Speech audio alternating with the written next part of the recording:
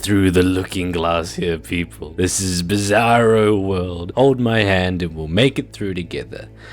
There's this horrible stigma towards picking around damage talents, and I get it. Truly, I do. I understand the argument. Yeah, I mean, you can't play a support as a carry just because the support happens to have a 100 damage talent at level 20. Totally logical. I mean, I'm with you.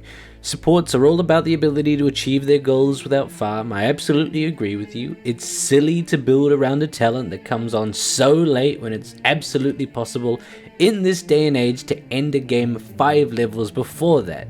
Or have your game ended by the other team, I guess, on account of you basing your build off of a level 20 talent. I mean, I don't even know why we're still talking about it, man. I get your point. I'm fully on board with this. It's dumb. It's really silly. It's absolutely reportable. Today on The Only Way to Play, we're picking Witch Doctor mid.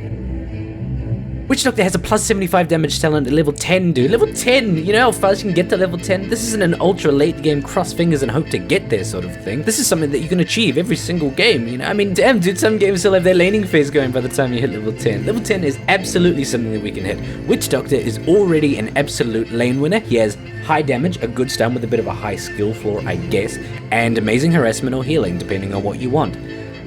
This music is sort of clashing with the tone because it sounds like I'm, you know, saying something really controversial or life-changing, but it's more for comedy. I'm not really saying anything too major. In fact, fade out this track, play the usual Crash Bandicoot stuff. Witch Doctor's not a crazy hero to take mid. I don't think there are many pros who straight up would say he's bad at it or anything. He's actually very good at it. I mean, winning the lane, it's just why? What does it give us? And that's the mystery we have to solve. Over the next couple of minutes, maybe we will. I hope we will. I mean, I wrote this part of the script after the solution bit further down, so I can't see why we wouldn't. Alright, okay, go. I did a lot of math in preparation for this video, so you better appreciate that. You'll know why in a sec, but just a warning to people frightened to death by numbers. Witch Doctor is a classic jack-of-all-trades hero. He has a potential 4-second stun, he has heals, he has percent-based damage, and he has physical damage. If he had a silence, that would be the diagonal bingo on the typical Dota hero card.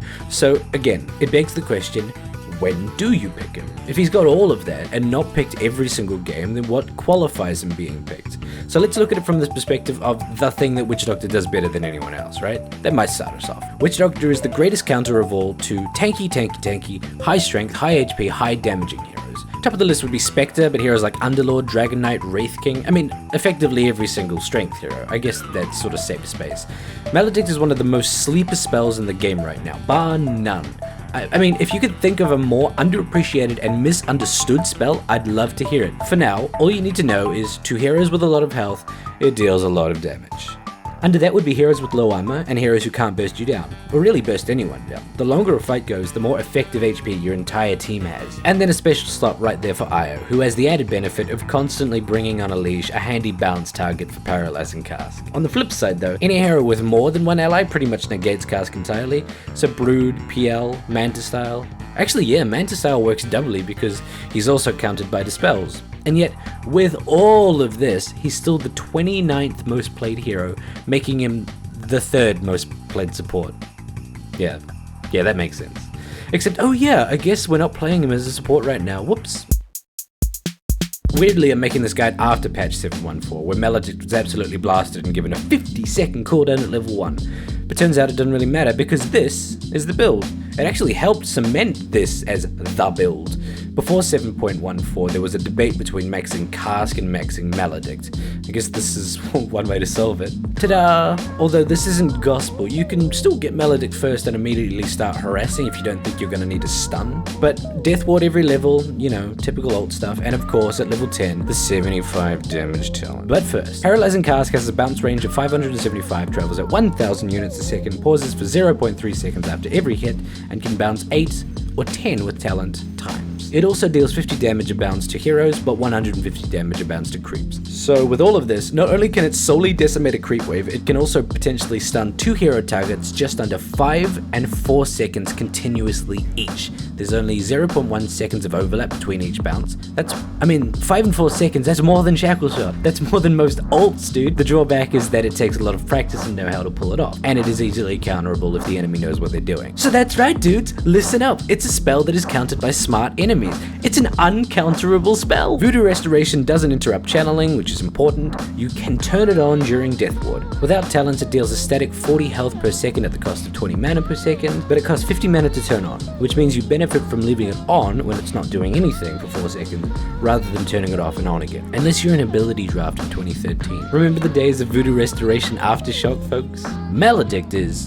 Alright, okay, so I imagine this isn't the most interesting part of the video to more knowledgeable folk who already know the unwritten intricacies of heroes' spells, but listen up. Because you don't know how Maledict works. Nobody does. I don't even. So yeah, it's an AoE spell with a small AoE and a 0.35 second cast point delay, so already it's finicky to land, you know. But when you do, it checks the health of the cursed target, and after 4 seconds checks again. The negative difference in health is then calculated, and 40% of that number is dealt as damage. And then it repeats 2 more times from that original health check. All in all, it bursts 40% of a hero's lost damage thrice at an exponential growth.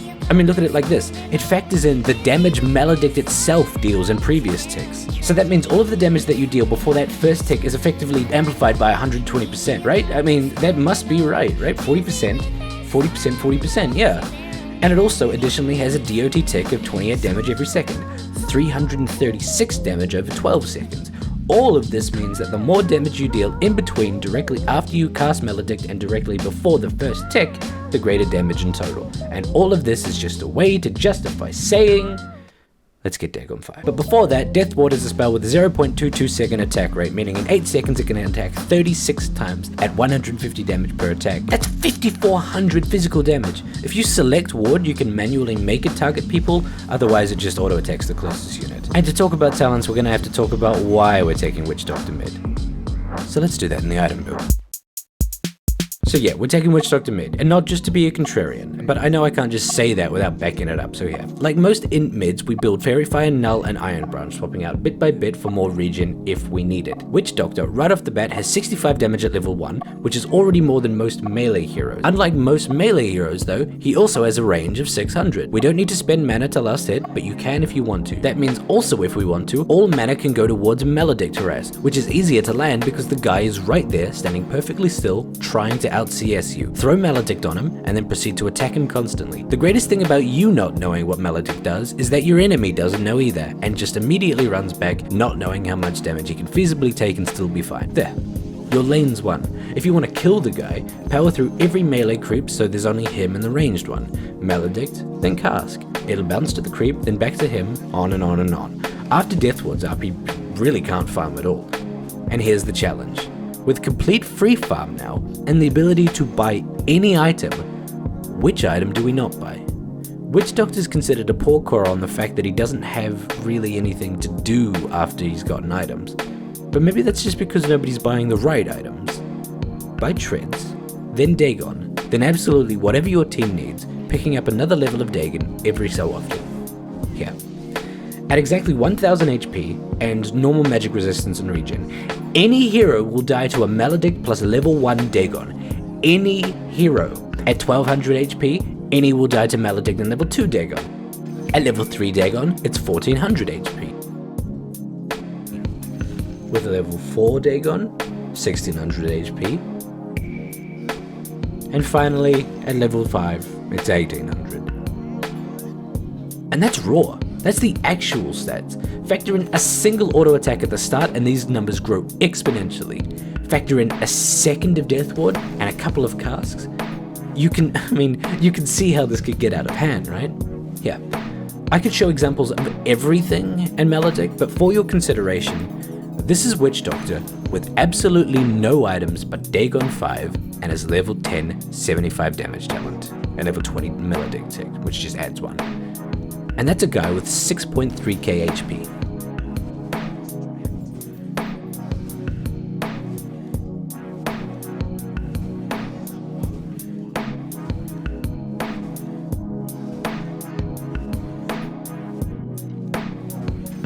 And just for laughs, this is a maxed out Ogre Magi with over 10k HP being taken out with 2 ticks of Maledict.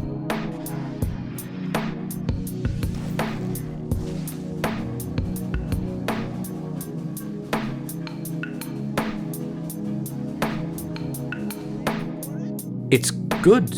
It's really good. Just don't do it in solo. Have a party of loving teammates with you, unless you want to get reported.